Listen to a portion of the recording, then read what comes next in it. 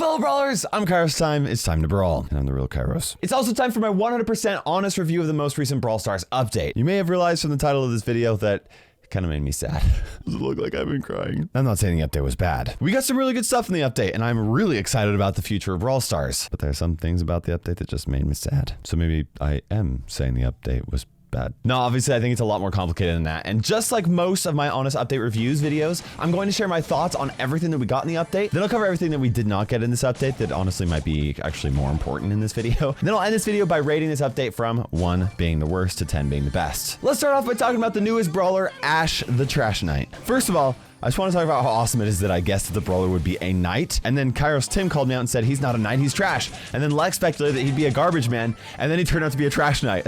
Like, that is absolutely hilarious. You've got to give props to Supercell for interacting with the community like that. Like, that's super cool. Now, Ash is a really interesting brawler for a few different reasons. Although we've had a level up brawler like Surge, we've never had an actual rage mechanic that works like Ash's does. And I think this mechanic is really cool. I also really like how its super is kind of like combined with like Tick's super and like Terra's support from Beyond Gadget to make Ash's super. His super obviously doesn't deal very much damage, but I think it's going to be a real pain for certain brawlers to deal with, and I think that that's really awesome. Now, as for his character design, I'm not sure how I feel about him like living inside a trash can. It's a cool character. I think it's really cool. It's just kind of like gross and kind of funny, and you know, obviously I'm not like saying that I'm like grossed out by it or anything like that. It's just kind of odd. But what I do love is the fact that he is heavily based on the actual creator of the brawlers in Brawl Stars, and that is Paul, who works at Supercell. You've probably noticed the logo on Ash's back, which is the same logo on Paul's Twitter. Now, Paul is Scottish and is self-proclaimed on Twitter to be grumpy,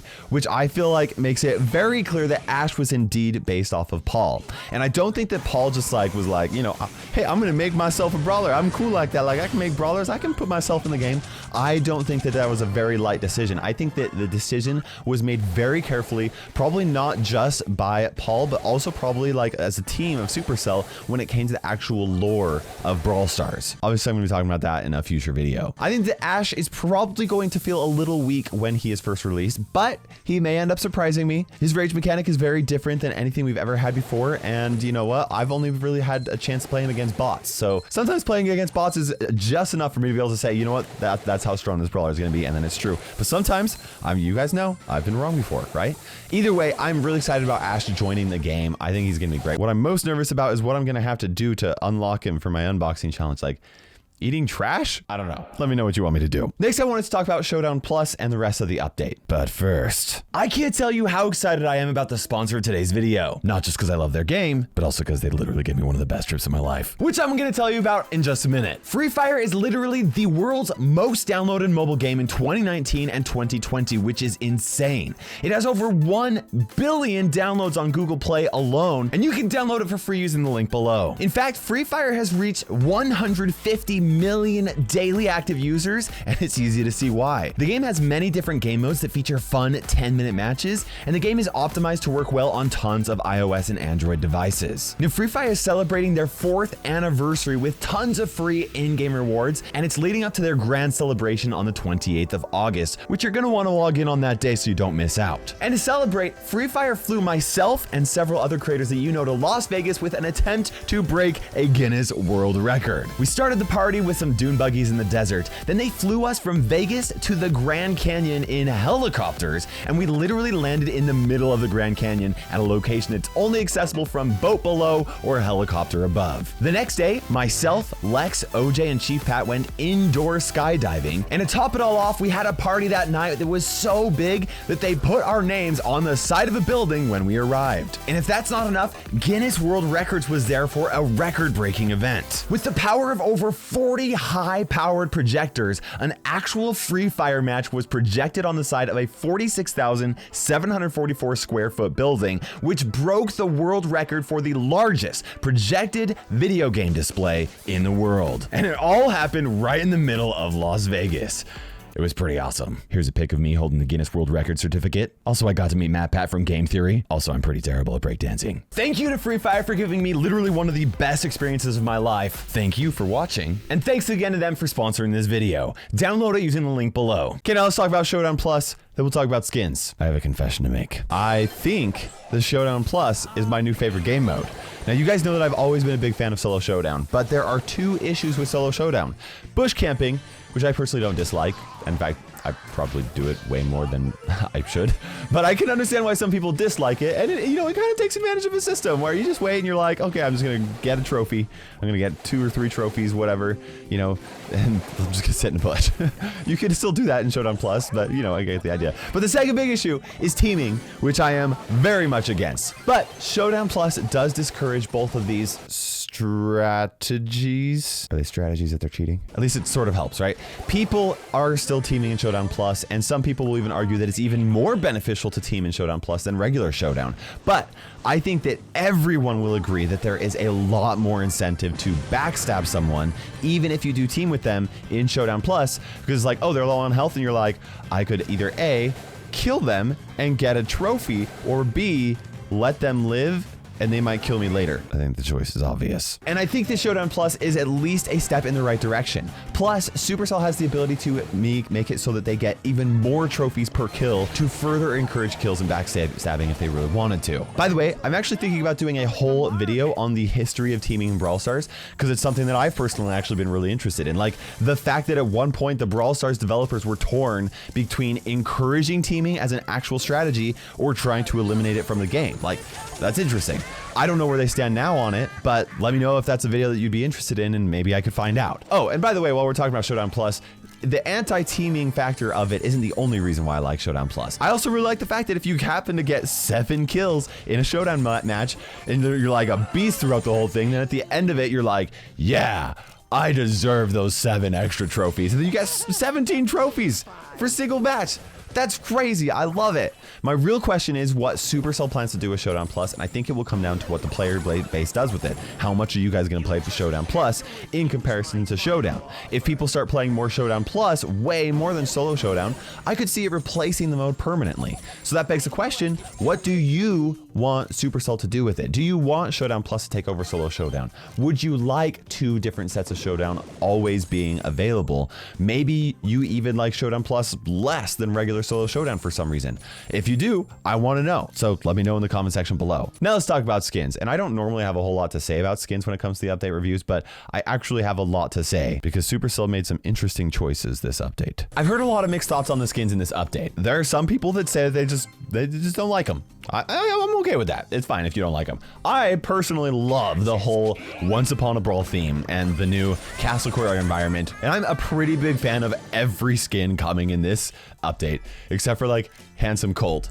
I do think that Handsome Colt offers a lot of value for 49 gems, but the skin is just a little too strange for me, and it doesn't vibe with me. I still bought it because I have to have every single skin in the game, and it seems to be a reference to a show on Netflix called Money Heist that is going to be the next season is going to be released next month or something like that. So if you're a fan of the show, that's awesome. But that's enough. You know, he's just odd. He's just odd. And the fact that he is so odd, it actually is kind of cool. I don't really like the skin, but I like the Supercell put it in the game. So it's like, I don't know, it's fun. Now, before the update was going to be released, Prince Sprout was originally going to cost 149 gems, and Supercell reduced that to 79 gems. And I absolutely think that they made the right call with that, because I felt like Prince Sprout was like missing enough to be 179 gems. It's a cool skin. It looks really cool, right? But it just didn't have like any cool like animations, winning or losing animations, or any additional voice lines. So it's pretty much, you know, he just throws down a castle and swords. And so that's 79 gems to me, at least in my opinion, even though the skin looks really cool. And I personally don't think that Evil Queen Pam should have cost 299 gems. She is very cool. She is a great skin. I do think that she is worth more than 149 gems, and I'm absolutely going to buy her. Once again, this is my job. Like, it's a tax write-off for me to buy these skins, so take that into consideration. But I do think that there should be less of a jump between 149 gems and 299 gems. In fact, there are a few skins that cost 149 gems that I think would be fairly priced at 199 gems, maybe even 249 gems. I don't think the Supercell should change any of the skin prices to be more expensive than what they already have been. I think that would be unfair. But I personally think the Evil Queen Pam should just cost 199 or maybe 249 gems. And I think the Supercell should add another price tier between the 149 and 299 gems. So let me know what your thoughts are on that, because I'm sure a lot of you guys there's no way you're going to spend 299 gems on the skin, but you might be willing to spend, you know, 199. So let me know. Speaking of gem prices, I think the Supercell messed up when it comes to the 2 sets of skins that have color options this update. I'm talking about El Dragon and Prince Sprout. Can you say El Dragon without being like El Dragon? I don't think you can. Don't get me wrong, guys. I think it is an amazing idea for skins to have multiple different color variations. I like that. I want Supercell to do that more. What I don't agree with is the fact that they must both be purchased at full price if you want both color options. I absolutely think that El Dragon is worth 149 gems, but the only difference between the Verdoso and the Rosado skin is their color. They have the same animations, they have the same voice lines, even their visual effects with their attack and their super are the same. And like, they could have been different colors, but at least in the developer build, and maybe that'll be different in the actual live build, but they were still both the same color when they were punching, right? It's cool to have one of the skins, but after you purchase the skin color of the 2 that you want, it's not worth it to pay double the gems when you're not getting 2 times the amount of value on your account. If the only difference between the 2 is color, I think that if we want to collect all of the skins, we should only have to pay for what we're getting in addition, which is just only color. Obviously, as a full-time Brawl Stars YouTuber, I'm gonna buy both of the skin color variations at full price. Once again, it's a tax write-off for me, but I do not think that it is worth it to buy both of them. And I don't think that it is worth it for pretty much anyone else to buy both of them either, but there will be people that will want to buy both of them. So here's what I think Supercell should do. I think they should absolutely continue making skins with different color variations. I love it, I want it.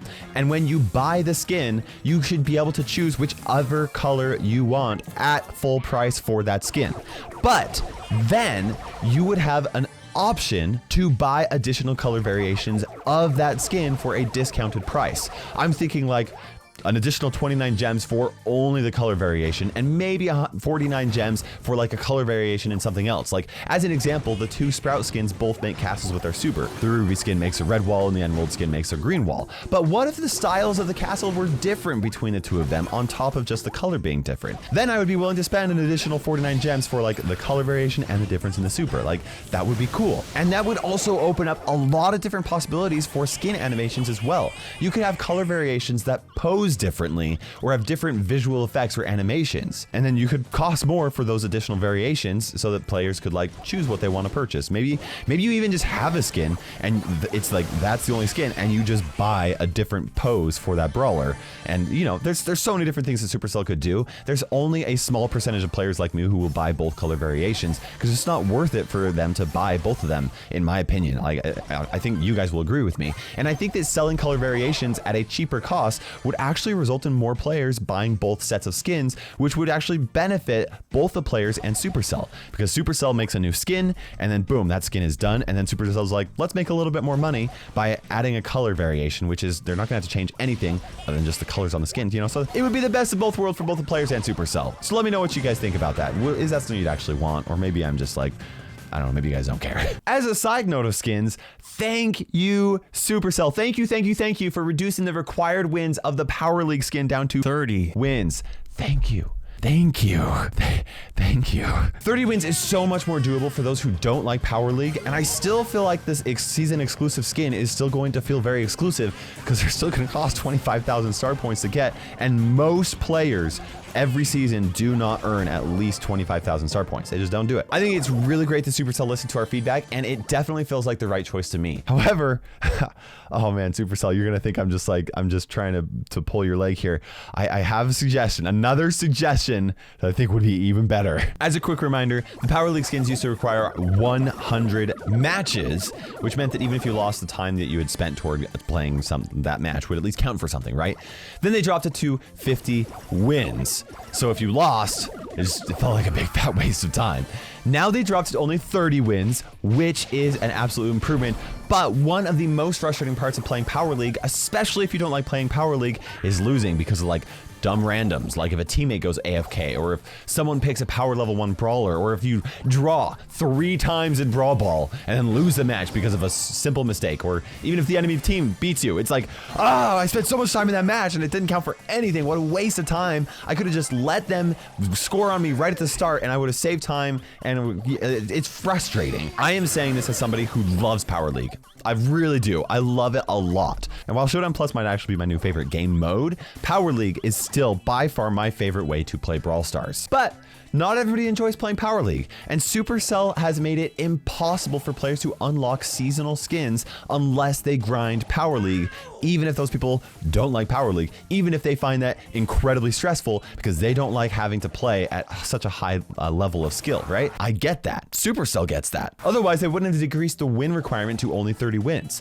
But for those who are grinding just for the skin and who would rather play other game modes than Power League, you know, because maybe they really like playing like the map maker maps or just climbing in trophies, I think that losses should absolutely count toward getting the skin. Now, I do think that Supercell made the right call in the situation to make it so the losses did not count. I know I sound like I'm contradicting myself, but I do, because what happened is there were people that would just like jump on a Power League and then like jump out of a match and like go AFK, where they would purposefully lose quickly so that they could end the matches quickly and then, you know, get the skin as fast as possible. And I absolutely think that giving up should not be rewarded like that. But I think that losses should count somehow. So here's what I think Supercell should do. I think that Supercell should require 100 points for the Power League skin. Players would get 3 points for every win that they get, and for every loss, they would get 1 point if they did not go AFK throughout the entire Power League match. That way, you would at least get some progress to the skin, even if you lost, but you stuck around for your teammates and actually tried to play. And this would reward players for sticking around, and it would make tilting feel much less frustrating and would allow players who want the skin but who don't enjoy Power League to have more time to play the game how they would like. Also, this would make it so that people who are purposefully losing just to grind matches for the skin would just be better off playing, because they would earn more points faster if they actually won, right? Not to mention the fact that if they accidentally went AFK because they were just like sitting around doing nothing, right? Then they would not get a point for the loss. I am really curious to know what you guys think about this. So let me know in the comment section below, because I feel like it's the best of everything. So just let me know. Now, I wanted to share my opinion on some random things in this update, and then I wanted to talk about the future of clubs. I think it is super cool that they are starting to animate the game mode banners. That's really cool. It's polished that we didn't know that we wanted, and now that we see it, we obviously want it. It's awesome. I think it is really cool that Ash is being released with his pins already animated. It's kind of funny that Stu is the only brawler whose base pins aren't animated, since 4 brawlers will have been released after him before that actually happens. I loved the balance changes, and Mortis, my word, he with Creepy Harvest is so fun to play. Way too strong, but so fun to play. Play him now before he gets nerfed, because I'm definitely thinking that his Creepy Harvest star power is going to get a nerf. Also, Brock also seems too strong right now, so push him as well. If you didn't notice, Supercell actually posted their reason behind every single balance change on their official patch notes, which I think is really cool. I really appreciate their transparency with this, and I'm really looking forward to them continuing to do it. I think that the new UI for friends and invites is gonna take a little bit of getting used to, but I do think that it is better overall. I have not agreed with every UI change that Supercell has made in the past, but this time I think it's the right call, even though it'll take a little bit of getting used to. I really love that you can actually see what your friends are playing. That's really cool. I'm also glad that they switched the Power League maps to only 3 maps per mode. I felt like 4 was just a little bit too much to keep track of, but I'm so sad about this. They've removed Siege from Power League. Man, I think I will agree. Siege was pretty annoying to play in Power League with randoms in the solo queue, but I really enjoyed playing it in the team queue. I'm a little bit biased, I know, and I'm a little bit weird because I love Siege and I really don't like playing Brawl Ball. Brawl Ball is my least favorite. I push as a team with a couple of friends that also didn't like Brawl Ball, and like, true confession, whenever a Brawl Ball match happened, we just like let the enemy team score as fast as possible, so we just get over it. You know, it decreased our rank, made it a little bit easier for us to, you know, farm those wins for the skin. I do not like playing Brawl Ball in Power League. It's way too stressful. I just don't like it. I wouldn't even say that it's way too stressful. It's just, it's just so back and forth, and you think you're gonna get something, and it's just hard to score, and I don't know, I don't enjoy it. And they removed Siege, which I did really love, so that's sad. I'm gonna move on to the next topic. Oh, which is actually still about Power League, and that is that I wish that they would have put Knockout in there to replace Siege. I want there to be more game modes in there, so I don't have to play Brawl Ball as often. I don't hate Brawl Ball. it's just not my favorite. I'd rather play something else. Okay, club sizes. They're getting cut down from 100 players to 30 players. 30 players. more than half of the players in every club are gonna get kicked out or put into a different club or something. Supercell's gonna do something. They said that they would take care of it. This is a big change, and it is devastating to a lot of clubs that are really social and interact with each other a lot. That's a big bummer. That is a big bummer for a lot of players. I'm not actually necessarily saying that it's a big bummer for me. I'll be completely honest. I love the Cactus Bandits. They are awesome. I don't chat in there as often as I should, but I know that there are a bunch of people in the Cactus Bandits, in the club that I'm in, that are just, they're really upset about this, and I get that. How in the world is like a club leader supposed to choose to only pick 30 players and to kick 70 people from their club? Oh, that's rough. That's really crazy. I don't know how to feel about it. After all, some of you guys might actually remember that when Brawl Stars was first released in beta, clubs only had 50 players in them, and one of the earliest feedbacks and biggest feedbacks in the game was that the clubs were too small and it was too hard to find players to play with. So they doubled the club size to 100 players, which is a much needed change in my opinion. Now, back then, there wasn't a way to add friends in game, and now we can have up to 200 friends on our friends list, and you can actually have even more if you log in with Facebook or Line Connect, right? So it's a lot easier to add friends, which means that there is a much less need for large clubs. But the real question is, why 30 players? Yes, this is my stress ball. I'm stressed about this. Clash of Clans and Clash Royale both have 50 players in their clans for Clan Wars. And you can check this fact with me. I didn't look, but I'm pretty sure every other Supercell game has at least 50 players in their equivalent of clubs, right? All that we actually know is that Supercell wants to make club interactions more meaningful. And there's a lot of people that think that there will be some sort of like a Club Wars update happening. And I've been thinking a lot about how Club Wars would look in Brawl Stars, but I have not figured out why having fewer members per club would actually be better. For right now, I'm actually feeling pretty shocked about this change, and I'm actually feeling really nervous about what's going to happen and what it's going to mean for the future of Brawl Stars. I feel like Brawl Stars is at a very critical point right now. I couldn't help but notice that there was like 30 to 40% less people watching Brawl Talk live during the premiere of this most recent update. And a quick search on Google Trends will actually show you that interest in Brawl Stars as a whole online is lowest right now than it's been all year long. Not by much, but it is lower. And as a YouTuber, I absolutely feel the effects of this more than most people, because the fewer people that are interested in Brawl Stars means that there are going to be fewer people interested in watching my videos. Which, by the way, if you're watching at this point in the video, I just want to thank you. Appreciate your support. I can't help but notice that seeing that my average view counts for my videos when I release them is significantly lower than they were a few months ago or even a month ago. So maybe I shouldn't say that I'm like actually worried about the health of Brawl Stars. Like, it's not like people are leaving the game in huge masses, right? Like things are going well, but I've definitely been on high alert for the past little bit. I absolutely love Brawl Stars, and I think it is an amazing game. I think that the team who develops this game is not only one of the best teams at Supercell, but I would argue that they are one of the best teams in the industry, and I do not say that lightly. I mean it. We are incredibly lucky to have such amazing people behind the game that we love so much, and because they're so incredible, they deserve a healthy work-life balance.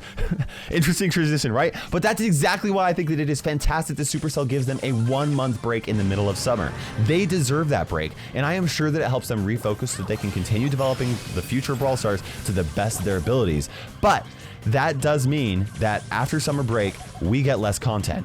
We normally get 2 brawlers with most updates, and we only got 1, and he's trash, pun intended. With each update, we usually get a medium-sized change with the update, like, you know, a new game mode, or a big-size addition like Power League or the Map Maker, or like when Brawl Passes were first put into the game. In the last update, we got 3 new game modes and kind of like a rework of a previous one. And in this update, we didn't get anything in addition at all. We pretty much got the, I don't want to say bare minimum because it was quality stuff that we got, but we kind of got the bare minimum. And this is to be expected after Supercell's summer break, because they only had they pretty much had half the time to put this update together. And I honestly was not expecting a big update, but I was hoping for something a little bit more. Last year at this same time, after summer break, I wasn't expecting a big update then either. And that is when the investor video took over Brawl Talk. And in terms of game content, we really did not get very much, but in terms of lore, we got a ton of new information about the game. game, and that really kept people interested in the game. I was really hoping for something similar to that this year, and we did get some changes on the WKBRL stream, but it's been several weeks since those changes, and we still actually haven't learned that much from it. There's a lot to learn from it, but it wasn't revolutionary like the investor video was, although it's definitely still possible that we'll get some more from the WKBRL. At this point though, I doubt that we're going to get anything as big like we got last year, and who knows, maybe Supercell will do another update between this update and the next Brawl Pass, although I don't know that we can count on that. If I'm being completely honest, which I have to be because this is my completely honest update review, this update kind of made me feeling sad because I feel like we're gonna have to wait another 2 months before we actually get something big added to the game, and that is why I think that Brawl Stars is at a critical point. It's obvious that Brawl Stars is working on something big when it comes to the changes with clubs. There's a really good chance that they'll do something huge like Club Wars. This is really exciting, but it also has me really nervous because whatever they do, it is going to change Brawl Stars forever, and that could be great. Like when Clash of Clans released Clan Wars and it literally became one of the most popular games in the world. But it could also be a bad thing, like when Clash Royale released Clan Wars and a huge part of their player base left the game for good, and then they released Clan Wars 2.0, and then another huge part of their player base left the game for good. I will say the health of Brawl Stars right now is much better than the health of Clash Royale was when both of those updates happened, but as someone whose career depends on the success of Brawl Stars, I am nervous about the next update and how it's going to impact people's interest in the game. If there's anything that I've learned though, it is absolutely that we can trust the Brawl Stars developer team. They have taken the game in an amazing direction, and there are a lot of points where they could have just messed it up. They really could have, and they didn't. In fact, most of the time, they were very impressive. They did awesome things that I didn't know that I wanted in the game. And they have definitely earned our trust in so many ways. I really think that they have.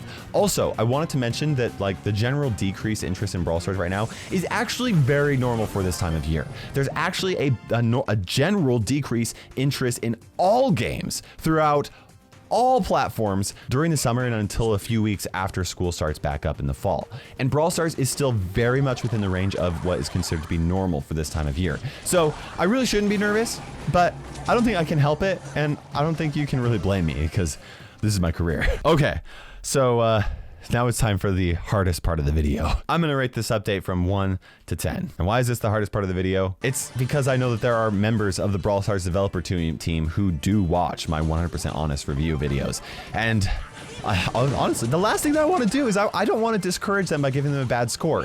They work so hard. So here's what I'll say. A score of 1 means that I just didn't like the update, and I think that Supercell messed up. And a score of 10 means that I think the update was amazing. I was blown away by the work. And a score of 5 in the middle is neutral, or maybe I like some things and I didn't like some other things. I'm gonna give this update a 6. I loved everything that we got. Supercell applied our feedback. We got very thorough and well thought out balance changes. The new environment and skins are awesome. And although Showdown Plus isn't really a new game mode, the change is refreshing. And the one brawler we did get is unique in both personality and his mechanics. And what we didn't get in this update, or what I didn't like, is that, well, we didn't really get anything else. Once again, I don't want to say we got the bare minimum because the quality was great of what we got, but we kind of got the bare minimum of this update. And I think that that's all we're going to get until the next Brawl Pass. I'm definitely not disappointed in the Brawl Stars developers, right? Because they had less time than normal to put this update together. And I am so thankful that they got some very well-deserved time off. And what we did get was great. But that does not change the fact that I wish that we had something else in this update. And I honestly feel a little bit let down that we did not get any major reveals when it comes to Brawl Stars lore. I felt like, I was probably building way too high of expectations for myself, but that's how I feel. That really is. It's my honest feeling. I am still loving Brawl Stars though, and I am really hopeful for the future. And I think that the developers are continuing to create a game that absolutely strives for Supercell's goal of making games that people will play for years. I frequently get people in real life that learn about what I do that are like, oh, do you actually enjoy playing the game, or is it a chore, right? Because it is part of my job, right? Because I create content on it full time. It is my job. And honestly, I respond to them the same way every time. I have been playing Brawl Stars for over 4 years now, and I'm still not bored, at all. That's the honest truth. It's so much fun. I love the game. It's great. And I am really lucky because I do know YouTubers outside of Brawl Stars that are just frustrated with the game that they cover, and they don't like it, and they just they're angry at the developers. They're enraged, and I don't think I could do that. I don't think I could create content around a game that I don't love. Anyway, that's my 100% honest review of the most recent update. I have shared a lot of my thoughts, and what I'm most curious to know is if you agree with them, or if there's something that you disagree with and what that is, or maybe there's something that you feel like I didn't talk about that you have a strong opinion about. This has been a really long video, so I really appreciate you guys' support and watching through it to the end of the video. For those of you guys that did, you guys, you guys are awesome. Thank you very much. Make sure you guys subscribe for more content, and you can actually check out more videos over here. Don't forget to use code Kairos in the Brawl Stars shop. Whew, this has been a long video. Thank you. For now, this is KairosTime ticking by, and we will see you in Brawl Stars.